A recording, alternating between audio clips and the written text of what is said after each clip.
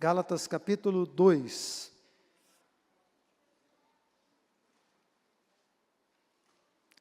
E vamos ler esse texto pensando no tema Viva para Deus.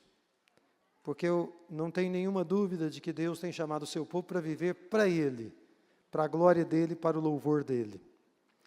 Você que já encontrou esse texto aí no Novo Testamento, diga amém. Muito bem, vamos ler então, vou ler na Nova Versão Internacional. 14 anos depois, subi novamente a Jerusalém, dessa vez com Barnabé, levando também Tito comigo. Fui para lá por causa de uma revelação e expus diante deles o evangelho que prego entre os gentios, fazendo-o, porém, em particular aos que pareciam mais influentes, para não correr ou ter corrido em vão. Mas nem mesmo Tito, que estava comigo, foi obrigado a circuncidar-se, apesar de ser grego. Essa questão foi levantada porque alguns falsos irmãos infiltraram-se em nosso meio para espionar a liberdade que temos em Cristo Jesus e nos reduzir à escravidão. Não nos submetemos a eles nem por um instante, para que a verdade do Evangelho permanecesse com vocês. Quanto aos que pareciam influentes, o que eram então não faz diferença para mim. Deus não julga pela aparência. Tais homens influentes não me acrescentaram nada. Versículo 7. Pelo contrário, reconheceram que a mim havia sido confiada a pregação do Evangelho aos incircuncisos, assim como a Pedro aos circuncisos. Pois Deus, que operou por meio de Pedro como apóstolo aos circuncisos, também operou por meu intermédio para com os gentios, reconhecendo a graça que me fora concedida. Reconhecendo a graça que me fora concedida, Tiago, Pedro e João, tidos como colunas, estenderam a mão direita a mim e a Barnabé em sinal de comunhão. Eles concordaram em que devíamos nos dirigir aos gentios e eles aos circuncisos. Somente pediram que nos lembrássemos dos pobres, o que me esforcei para fazer. Quando, porém, Pedro veio a Antioquia, enfrentei-o face a face por sua atitude condenável. Pois antes de chegarem alguns da parte de Tiago, ele comia com os gentios. Quando, porém, eles chegaram, afastou-se, separou-se dos gentios, temendo os que eram da circuncisão. Os demais judeus também se uniram a ele nessa hipocrisia, de modo que até Barnabé se deixou levar. Quando vi que não estavam andando de acordo com a verdade do Evangelho, declarei a Pedro, diante de todos: você é judeu, mas vive como gentio e não como judeu. Portanto, como pode obrigar gentios a viverem como judeus? Verso 15. Nós, judeus de nascimento e não gentios pecadores, sabemos que ninguém é justificado pela prática da lei, mas mediante a fé em Jesus Cristo.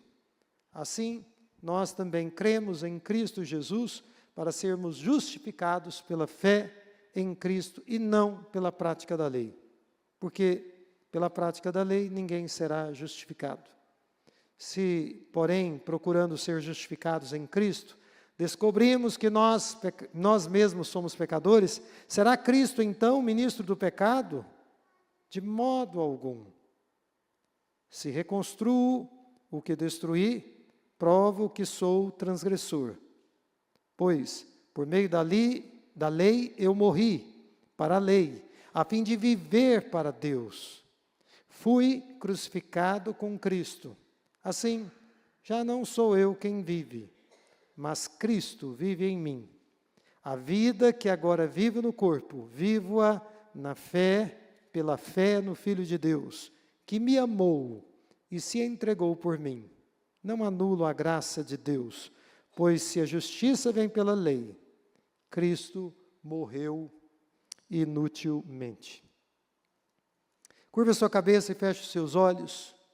Fale com Deus nesse momento e peça para Ele falar com você, abrir o seu entendimento, de forma que você possa compreender a palavra dele. Preste atenção nos seus pensamentos. E verifique se você está de fato falando com Deus, sinceramente, honestamente, intencionalmente.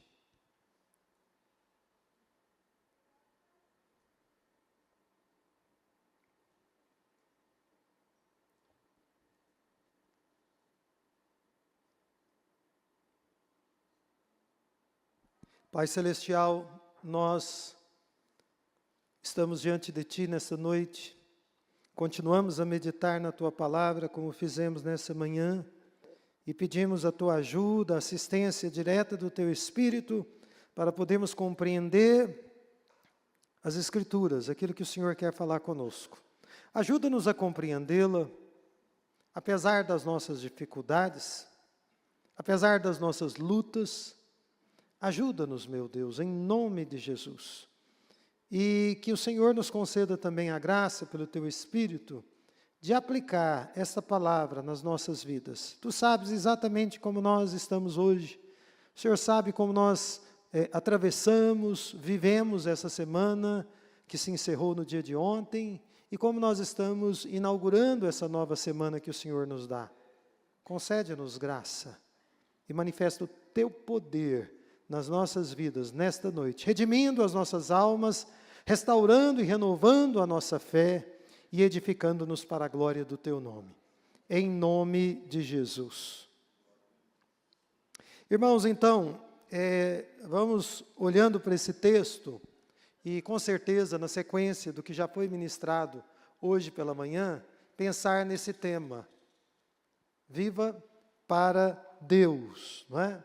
Paulo estava aqui, nessa carta aos Gálatas, confrontando o legalismo.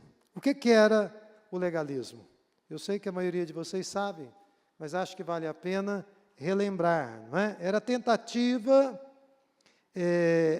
de depositar a confiança naquilo que nós mesmos podemos fazer.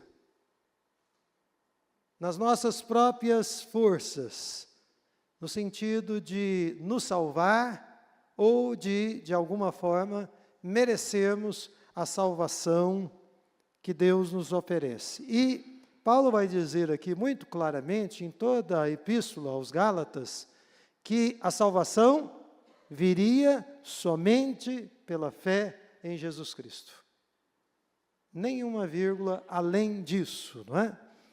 E a lei pela qual os judeus, incluindo o apóstolo Pedro, tinham muito apreço, ela tinha uma utilidade importantíssima, muito valiosa, porque ela mostrava, ela evidenciava a incapacidade do ser humano em obedecer e agradar a Deus. Por isso a lei era e continua sendo tão importante para toda a raça humana e para todos nós. Agora, ficou muito claro, tanto para os judeus, quanto para todos os cristãos, e Paulo explicita isso aqui, que a fé cristã não poderia ser edificada nessas bases. Nas bases do esforço próprio, do mérito próprio, a fim de que as pessoas, então, fossem salvas. Nós devemos entender que Deus tem nos chamado para viver uma vida de fé. Fé na obra realizada pelo Senhor Jesus Cristo. Na obra que Ele realizou. Agora, e as nossas obras? Alguém pode perguntar, não é? As nossas obras, aquilo que nós produzimos, ou são apenas expressões de gratidão e de obediência àquele que nos redimiu, que nos libertou do pecado, que nos alcançou um dia quando nós estávamos num lamaçal, num tremendal de lamas. Então, tudo aquilo que você faz, tudo aquilo que você produz, você que é crente em Jesus, é expressão de gratidão e de submissão àquele que te redimiu. E o Evangelho aqui em Gálatas, especialmente no capítulo 2, Ele vai nos ensinar que, uma vez crentes em Cristo Jesus, nós estamos, de uma vez por todas, mortos para o pecado e livres da denúncia que a lei fazia e continua fazendo. E Paulo vai deixar aqui, claro, algumas coisas, pelo menos 5, eu anotei e queria dividir com vocês, antes de tocar nos 2 pontos que eu quero realçar nessa noite. Em primeiro lugar, Paulo vai deixar muito claro que a origem do Evangelho, ela é divina. Ela parte de Deus. Ou seja, o Evangelho que o apóstolo Paulo estava pregando, inclusive aqui em Gálatas, inclusive nesse capítulo que nós estamos meditando, ele não era produto da sua cabeça, ou de uma elucubração humana, mas ele era fruto de uma revelação direta que o Senhor Deus deu a ele. Se você olhar aí os primeiros versos de Gálatas 2, você vai constatar isso. Eu peço a vocês que permaneçam com as Bíblias de vocês abertas, para vocês poderem conferir. Ele deixa muito claro, o Evangelho que ele pregava não era produto da imaginação humana, mas era de origem divina. E porque ele teve essa revelação graciosa da parte de Deus, ele entendeu que era necessário ir a Jerusalém e expor este mesmo Evangelho aos apóstolos que ali estavam e aos irmãos que eram mais influentes na vida da igreja. Assim ele fez. Então, esse é o primeiro ponto. O segundo ponto importante que a gente precisa entender aqui, nessa noite, é que sempre houve, há e haverá, ou haverão no plural, ações para tentar distorcer a mensagem do Evangelho. Isso vai contrastar, irmãos, em todas as eras, com a pregação fiel do Evangelho. Enquanto há servos de Deus que estão pregando fielmente o Evangelho, sempre há movimentos tentando distorcer, tentando torcer a mensagem do Evangelho. E nos dias do apóstolo Paulo, ali na região da Galácia, as pessoas estavam tentando distorcer o Evangelho, instigando as pessoas a guardarem a lei mosaica com vistas a obterem a salvação. Mas eu repito, isso era uma distorção da boa nova do Evangelho. E Paulo chamou essas pessoas, olha aí no versículo 4, de que mesmo? Falsos irmãos.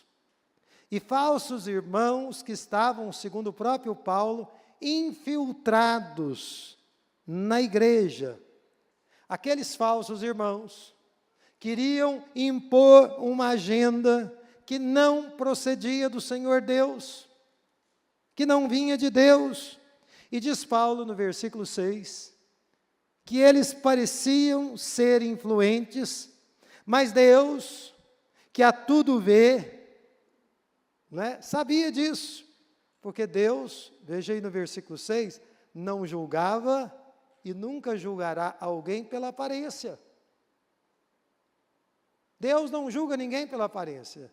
É muito bom quando você consegue se vestir bem, como todos vocês estão bem vestidos. Mas lembre-se sempre que o nosso Deus está olhando para a sua mente. Ele está olhando para o seu coração. Ele está olhando para as intenções do seu coração. Ou seja, aqueles falsos irmãos que estavam infiltrados na igreja, eles eram um tipo de pessoa que atuavam, que laboravam, que agiam no seio da igreja, muito mais pela estética, muito mais buscando uma espécie de performance no púlpito, quando eles falavam.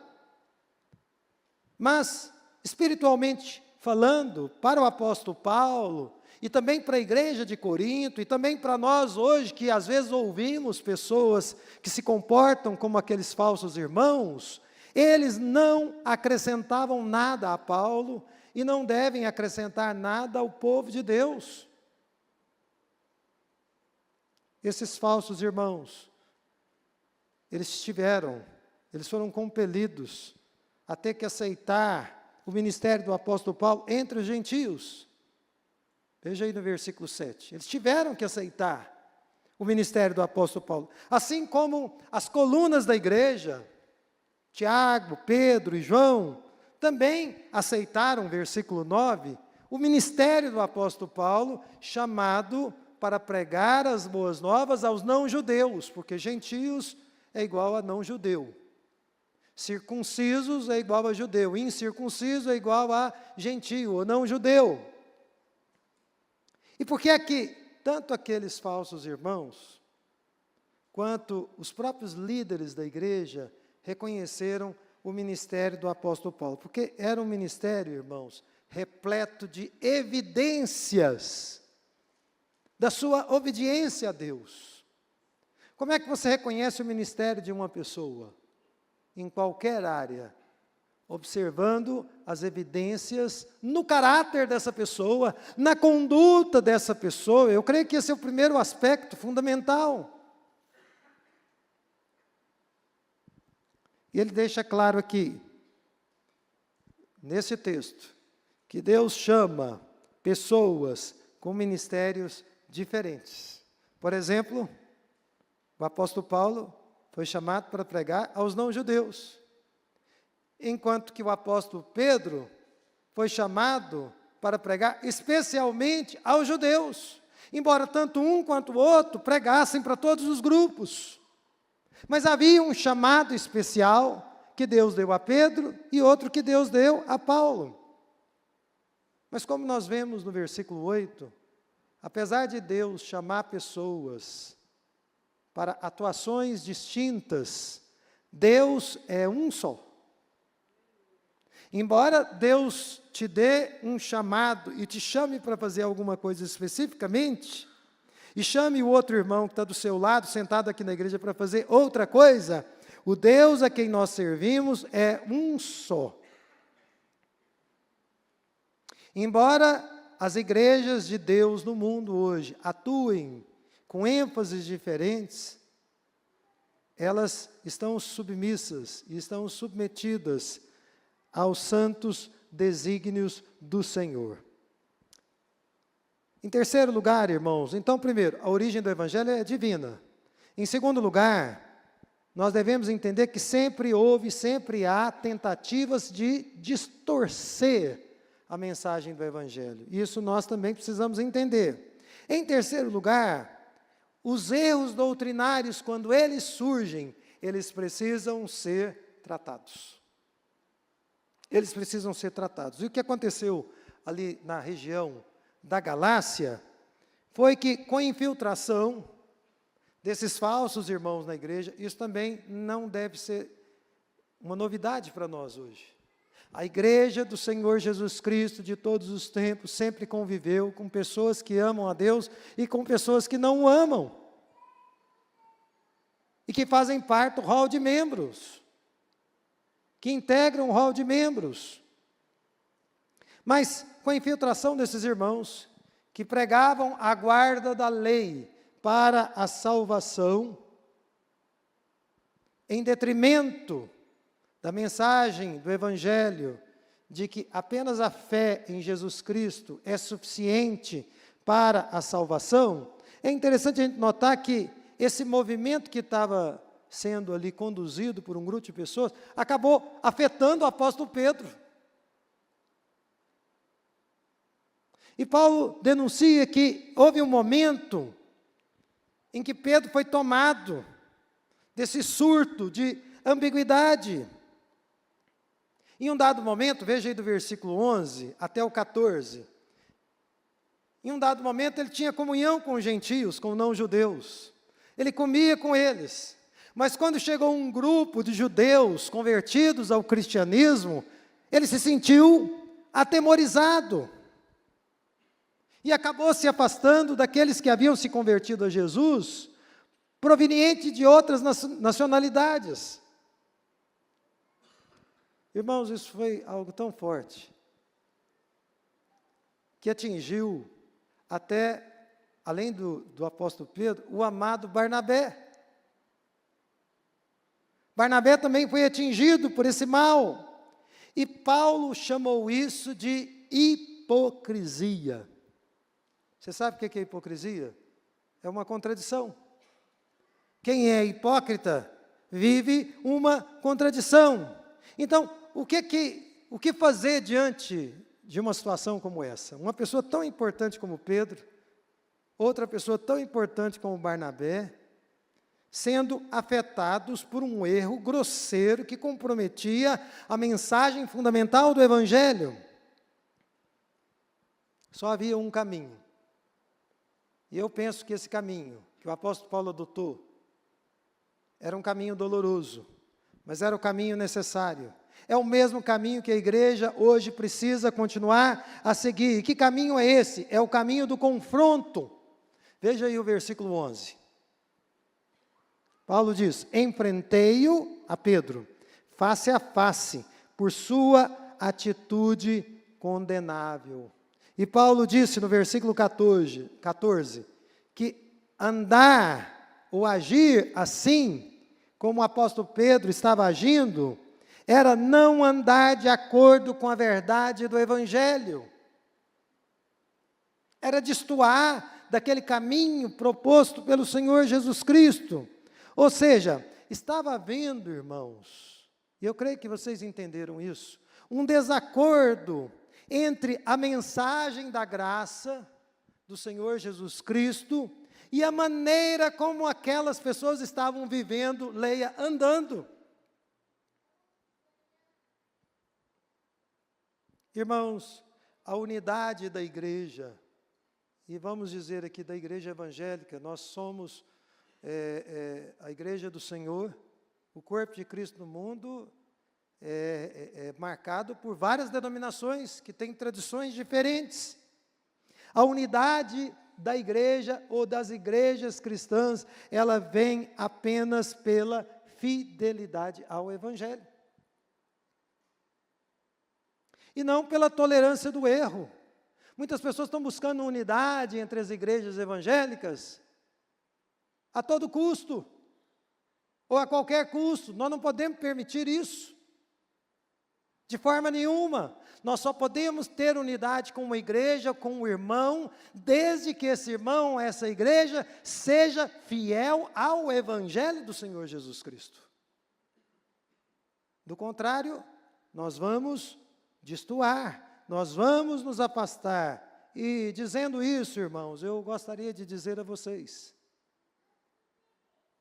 que a nós cabe, como igreja aqui congregada, aqui organizada e reunida, sermos zelosos em observar a doutrina bíblica, que é a boa nova do Senhor Jesus Cristo, que foi prevista pelos apóstolos, prevista pelos profetas e explicada pelos apóstolos no Novo Testamento.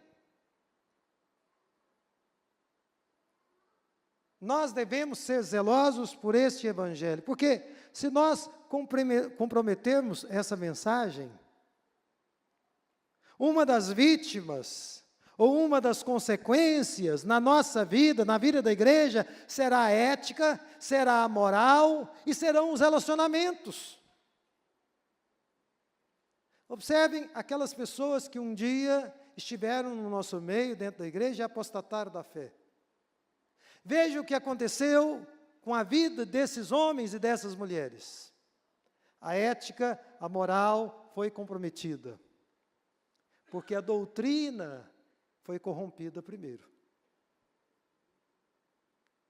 E é por isso que nós precisamos ter esse zelo pela palavra de Deus. Porque o dia em que nós negociarmos a doutrina bíblica, o trem descarrilha. E o resultado é imprevisível, mas certamente que é trágico, porque é um afastamento daquilo que o Senhor Deus determinou. Então, erros doutrinários, irmãos, diz Paulo, precisam ser tratados, precisam ser confrontados, como Paulo confrontou o amado Pedro. E eu deduzo que ele confrontou Barnabé também, porque eles tinham uma intimidade maior. O mesmo caminho devemos seguir como igreja e como irmãos em Cristo. Em quarto lugar, irmãos, ninguém pode ser justificado pelo seu próprio esforço. Isso, como foi dito hoje pela manhã, é central para a nossa fé. Justificação é somente mediante a fé em Cristo Jesus, versículo 16. Amém? Não há justificação por qualquer outro meio. É somente mediante a fé em Jesus Cristo. E nunca pela observância da lei, ou de qualquer outro código de ética, qualquer outro código religioso que nós possamos elaborar. Paulo diz no versículo 15, que quem era judeu, como era o caso do apóstolo Pedro, sabia disso muito bem. Quem era doutor na lei judaica, sabia que aquele muito guardar de todos aqueles estatutos, de todos aqueles artigos, eles sabiam na própria vida que eles estavam fracassando todos os dias no cumprimento da lei. E a gente deduz que a prática da lei não vai justificar ninguém. Por quê? Porque ninguém por si só consegue praticá-la integralmente. Em quinto lugar, irmãos, nessa longa introdução que eu estou fazendo com vocês aqui, Paulo vai dizer aqui, nas entrelinhas, que nada justifica uma vida de pecado. Porque alguém poderia pensar que a não guarda da lei tornaria o Senhor Deus aquiescente em relação ao pecado, versículo 17. Esse é o argumento que está colocado aqui, não é? Mas a resposta do apóstolo Paulo é, de modo nenhum. Deus não é aquiescente com nenhum pecado de forma nenhuma.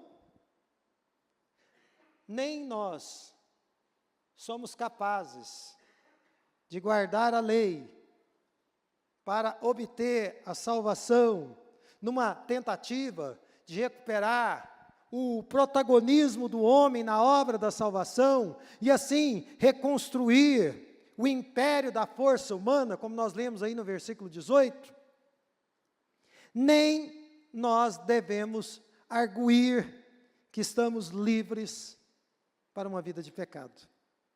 Porque tudo era muito sutil. Então, os falsos mestres e os falsos irmãos, de um lado eles empurravam para tentar fazer as pessoas pensarem que deveriam guardar a lei para serem salvos, e de outro lado eles procuravam brechas para justificar uma vida de pecado ou a prática de determinados pecados. Mas a verdade que Paulo vai realçar aqui é que nós estamos mortos para a guarda da lei, mas estamos vivos para Deus. Estamos vivos para Deus. Nós cremos em Jesus, que cumpriu toda a lei. Ele cumpriu toda a lei perfeitamente. E uma vez que Jesus realizou a sua grande obra de salvação, nos favorecendo aqueles que creem nele, Ele nos chamou para vivermos uma vida mais excelente. Uma vida num patamar completamente diferente. Então, só nos restam duas coisas, na minha compreensão e interpretação desse texto. Em primeiro lugar, nos resta sermos livres para Deus. E em segundo lugar, estar ao longo da nossa jornada, seguros, na certeza do amor de Deus para conosco. Como o pastor Luiz Antônio disse, nosso irmão José Milton partiu para a glória. Há 3 meses, nosso irmão Jorge também partiu para a glória. Ambos concluíram a jornada deles. Eu não sei qual vai ser o meu último dia aqui nesse mundo, nem sei qual vai ser o seu último dia. Mas eu sei de uma coisa, Deus tem nos chamado para vivermos uma nova vida aqui. E estarmos prontos naquele dia em que Ele vai nos chamar. Então, em primeiro lugar, eu penso que o apóstolo Paulo, no escopo de tudo isso que ele colocou ao longo desse capítulo, ele estava querendo encorajar as igrejas na região da Galácia, e a nós hoje, a igreja de todos os tempos, para sermos livres para Deus. Ele passa a ensinar aqui sobre essa liberdade que nós ganhamos no Senhor. E essa liberdade que o cristão, que o crente em Cristo Jesus ganha, no Senhor, é uma liberdade, muitas vezes, mal compreendida. Não é mesmo, irmãos? Tem muita gente entendendo mal o que significa ser livre dos preceitos da lei nesses nossos dias. Diz Paulo aqui no versículo 19, confira aí na sua Bíblia, que essa liberdade para a qual Deus nos chamou é uma liberdade de viver para Deus. Eu ouço às vezes pessoas dizerem, às vezes eu vejo na internet, às vezes eu até ouço em algumas mensagens no rádio, quando eu estou no trânsito, e vejo pessoas dizendo que conheceram a Jesus, que experimentaram da graça de Deus e que estão livres para fazer aquilo que eles bem entendem. E eu quero repetir aqui, essa é uma compreensão errada do ensino do Evangelho. Não tem nada a ver com aquilo que nos foi legado nas boas novas. 3 coisas ficam claras aqui sobre a nossa liberdade. Em primeiro lugar, nós somos livres do pecado, nós somos livres do diabo e nós somos livres do mundo, da pressão que o mundo exerce. Quer dizer, nós não estamos isentos de sofrer com a nossa natureza pecaminosa, nós não estamos livres de sofrer com os dardos inflamados do inimigo, com seus ataques, nós não estamos livres de sofrer com as pressões que vêm de fora, mas essas forças não têm poder sobre o crente, uma vez que ele está em Cristo Jesus. E é por isso que Paulo diz no versículo 20, fui crucificado com Cristo. Ou seja, o pecado já não reina mais naquele que crê em Jesus. Nós não somos mais escravos do ego. Nós não estamos mais vulneráveis para seguir o curso natural das coisas. Há um poder maior, que não vem desse mundo, que está operando no interior do crente e levando a uma nova vida. Em segundo lugar, nós somos livres para vivermos tudo aquilo que Deus planejou para nós aqui nesse mundo. Quando eu digo estamos livres para viver tudo que Deus planejou para nós, não pense só em bênçãos, só em vitórias, só em triunfos, mas às vezes para passar por lutas, para passar por dificuldades. Isso pode ser plano de Deus também. Nós somos livres para viver o que Deus planejou para as nossas vidas e compreendermos, e às vezes até sem compreendermos, aquilo que é o soberano propósito de Deus para as nossas vidas, porque nem sempre nós compreendemos. Quantas vezes você já se perguntou, Senhor, por que é que o Senhor está permitindo isso? Se vocês são como eu, provavelmente muitas vezes. Então nós não compreendemos todos os detalhes, mas nós sabemos que o plano de Deus está se desenvolvendo, sendo desenrolado diante dos nossos olhos e também daqueles que nós amamos. Por isso Paulo diz, assim já não sou eu quem vive, mas Cristo vive em mim. Como é que nós conseguimos viver para Deus? Por nós mesmos nós não conseguimos. Por nós mesmos isso não é possível, porque é Cristo quem opera em nós. É Ele quem opera o querer e o efetuar, e o resultado. É Ele quem produz isso, é Ele quem age, é Ele quem nos guia, é Ele quem nos sustenta, é Ele quem nos capacita. Nunca olhe para uma tentação ou para uma provação e pense, eu vou conseguir, vai dar tudo certo, né? Ore pedindo a Deus graça, Senhor, me dê graça, me capacite, me habilite, porque se o Senhor não fizer isso, eu não vou conseguir. Então, irmãos, nós somos livres do pecado, nós somos livres para Deus. Em terceiro lugar, a nossa vida é totalmente firmada na fé em Cristo Jesus. Nós não vivemos confiados em nós mesmos. Por mais robusta que seja a sua fé em Jesus, por mais maduro que você seja na fé, esteja caminhando com Deus há muito tempo, não confie demais em você mesmo. tenha confiança em Deus. Creia em Deus, confie nele. Confie no poder dele para te ajudar, para te sustentar, para te fortalecer. Eu creio que é isso que o apóstolo Paulo quis dizer quando ele disse, ainda no versículo 20, não é?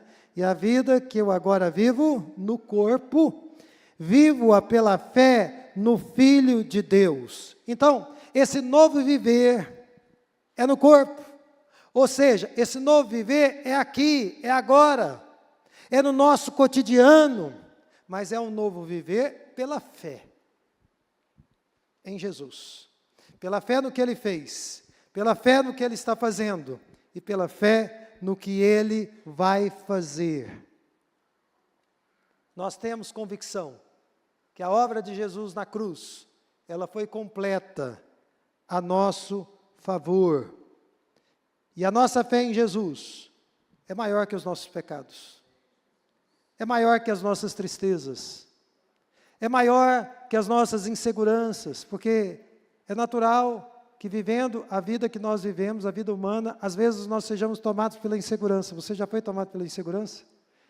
Você já sentiu o seu chão estremecer? E você até sentiu uma certa fraqueza, um mal-estar físico, que você pode chamar até de fadiga, naquele momento? Você já sentiu isso? A nossa fé nos sustenta, inclusive nessas horas mais difíceis, de maior fragilização. A nossa fé em Jesus é maior, inclusive, que as frustrações que a gente tem. Alguém pode dizer assim, fiquei frustrado, desapontado com o irmão, com a irmã. Tudo bem, isso mexe com você. Mas eu penso que uma das maiores frustrações que uma pessoa sente e pode sofrer é a frustração consigo mesmo. É olhar para a sua vida, é olhar para o seu interior, olhar para a sua história e falar como eu falhei, como eu tenho falhado, e como eu gostaria que fosse diferente. Isso dói, irmãos. Mas eu quero reafirmar aqui, trazendo a boa nova do Evangelho. A nossa fé em Jesus é maior do que as nossas frustrações. É maior do que as nossas frustrações. E concluindo, irmãos, Paulo vai nos dizer que nós temos todos os motivos para estarmos seguros no amor de Deus. Eu vejo isso como um elemento motivador para a consistência da nossa fé em Jesus. Veja o que Paulo diz. E esse viver que agora tenho na carne, vivo pela fé no Filho de Deus. E a parte linda, não é? Que me amou e a si mesmo se entregou por mim. Me amou e a si mesmo se entregou por mim. Irmãos, nós temos fé naquele que manifestou por nós algo que ninguém poderia manifestar nessa vida. Porque o amor de Deus por você e por mim, ele é maior do que o amor de qualquer pessoa. Você pode dizer assim, olha, o amor da minha mãe, o amor do meu pai, do meu avô, da minha avó, da minha esposa, do meu esposo, dos meus filhos, me toca muito, mexe muito comigo, mas esse amor é pequeno, muito pequeno, em comparação com a grandeza do amor de Deus. Esse amor foi que lá quando você vivia uma vida de pecado, mesmo podendo ter nascido dentro da igreja evangélica, foi lá e te alcançou. E foi trabalhando aí no seu coração, na sua mente, e mudando as disposições, e fazendo com que você chegasse aos pés dele, e pudesse crer nele, e andar na presença dele, e viver para ele. Glória a Deus, irmãos. Nós podemos louvar a Deus pela grandeza desse amor. Irmãos, quando nós sabemos que nós somos amados dessa forma, com essa magnitude, nós nos sentimos seguros. Não importa se nós estamos na cova dos leões, se nós estamos numa fornalha, não importa se a nossa família está sofrendo muito com problemas gravíssimos, não importa se a nossa saúde está debilitada, o amor de Deus faz com que o nosso ser sinta uma coesão sobrenatural. E então, graciosamente, você se sente inteiro, inteira, na presença de Deus. para glorificá-lo, para louvar o nome dEle. A prova do amor de Jesus por nós, diz Paulo, ficou evidente na sua entrega na cruz. Toda vez que eu penso nisso, e lendo as Escrituras, nós deduzimos, não é? E sabemos que os anjos ficaram emudecidos. Quando Jesus, o Filho de Deus, segunda pessoa da Trindade, subiu na cruz, porque era uma prova enorme, gigantesca, que você e eu ainda não fazemos ideia, mas na glória nós vamos ter uma ideia ainda maior, da grandeza deste amor. Jesus se entregou por nós. Eu pergunto a vocês, que estão aqui por divina providência, qual será a nossa resposta diante de um amor tão grande?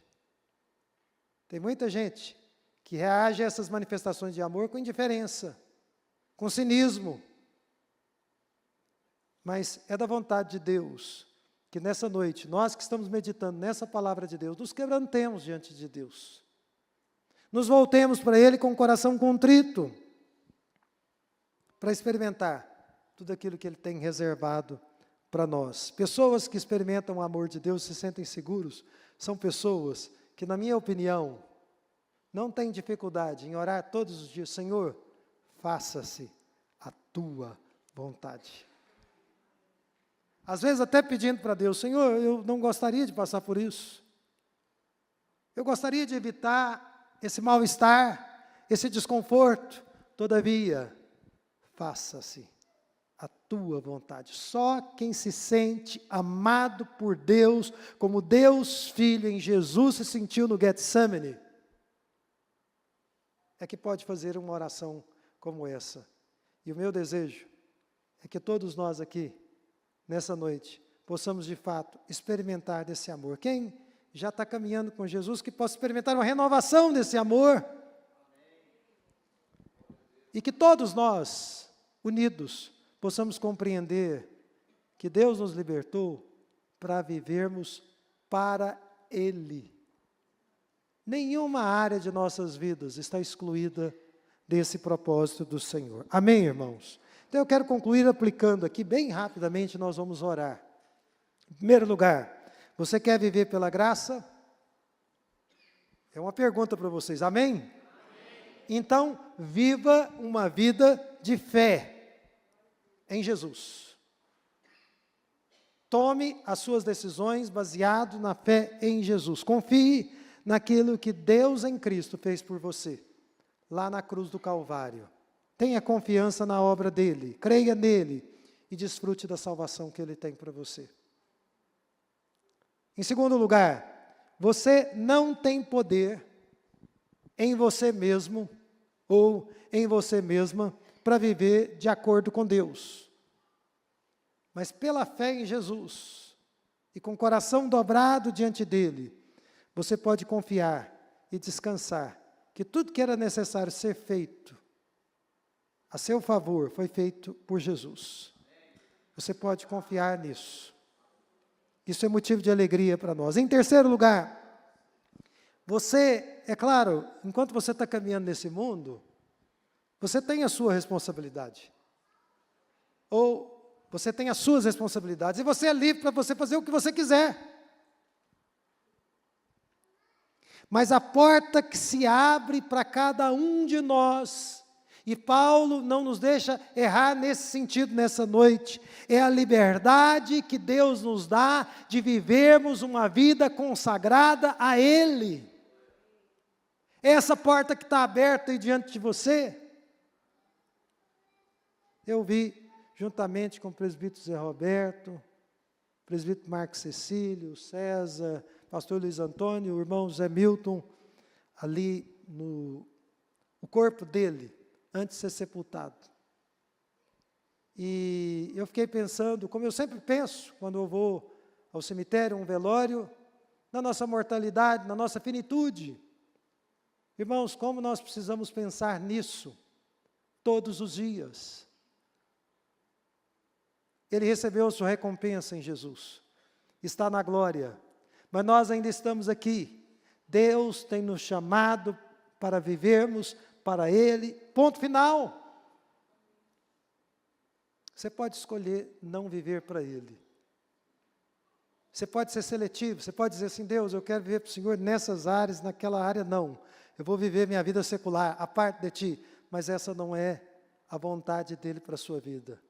A vontade dEle é que você viva uma vida totalmente consagrada a Ele. E por último, irmãos, o amor de Deus, Ele é real.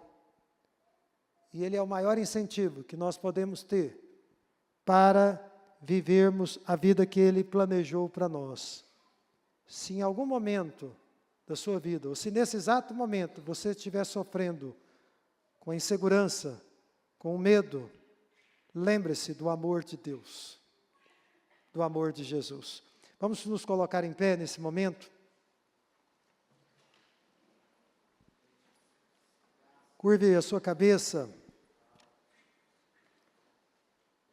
e feche seus olhos, para que você tenha um momento de reação à palavra de Deus. Quem sabe agora, tendo ouvido a palavra de Deus, você possa dizer a Ele, meu Deus, eu tenho vivido a minha maneira. Às vezes tenho vivido até guardando preceitos religiosos, nos quais eu fui educado desde a minha infância, dentro de uma igreja evangélica, numa igreja católica ou em qualquer outra religião. Mas ouvindo a mensagem do Senhor, a palavra do Senhor, as boas novas de Cristo Jesus, nessa noite, eu compreendi que o Senhor me quer vivendo para Ti. Eu compreendi que o Senhor deseja que a minha vida seja por inteira consagrada a Ti. Fale com Deus agora e consagre a sua vida a Ele. Mas preste atenção, como eu disse no início, no que você está pensando agora. Preste atenção nas suas palavras que você está sussurrando aí no seu lugar, de pé onde você está. Para que elas sejam palavras bem pensadas, bem conscientes.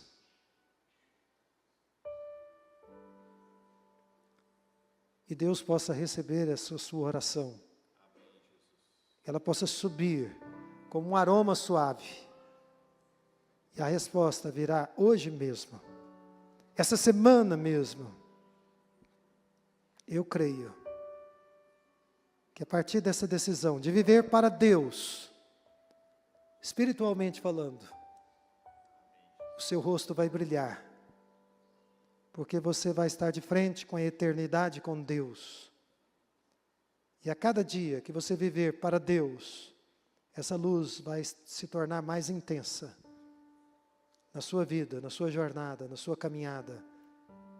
Como a luz da aurora, que vai brilhando mais e mais, até ser dia perfeito.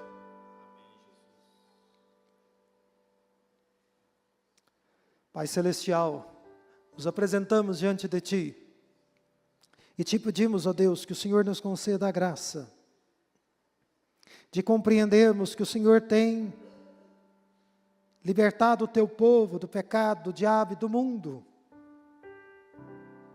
para vivermos um viver completamente diferente daquilo que, ó Deus, impõe a cultura, seja aqui no Brasil ou em outros países.